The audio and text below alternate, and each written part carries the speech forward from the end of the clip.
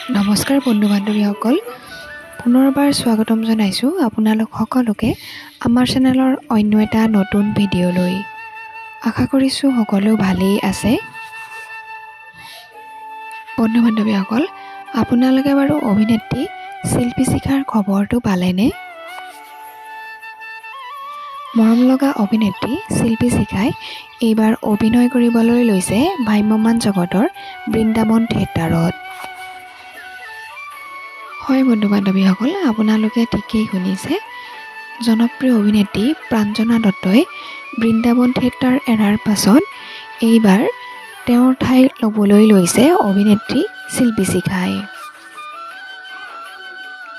বৃন্দাবন থিয়েটাৰৰ মালিক পক্ষ তথা একাংশ কৰ্তৃপক্ষৰ লগত হোৱা মতভেদৰ ফলত মানসিক অশান্তিত ভুগি অভিনেত্ৰী প্ৰাঞ্জনা দত্তই বৃন্দাবন থিয়েটাৰ এৰাৰ পাছত এইবাৰ বৃন্দাবন থিয়েটাৰত অভিনয় কৰিবলৈ লৈছে অভিনেত্ৰী শিল্পী শিখাই।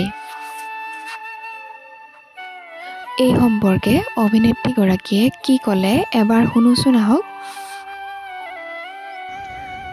নমস্কাৰ, মই পিহিকা দেৱী। আপোনালোকক জনাবলৈ পাই সুখী হৈছোঁ যে চলিত বৰ্ষত বৃন্দাবন থিয়েটাৰৰ সৈতে বাকী থকা দিনকেইটাৰ বাকী থকা শ্ব'সমূহৰ কাৰণে মই অভিনেত্ৰী হিচাপে চুক্তিবদ্ধ হৈছোঁ আৰু খুব সোনকালে অহা 4 তাৰিখৰ পৰা আমি আকৌ শ্ব' আপোনালোকৰ মাজলৈ লৈ আহিবলৈ চেষ্টা কৰিছোঁ।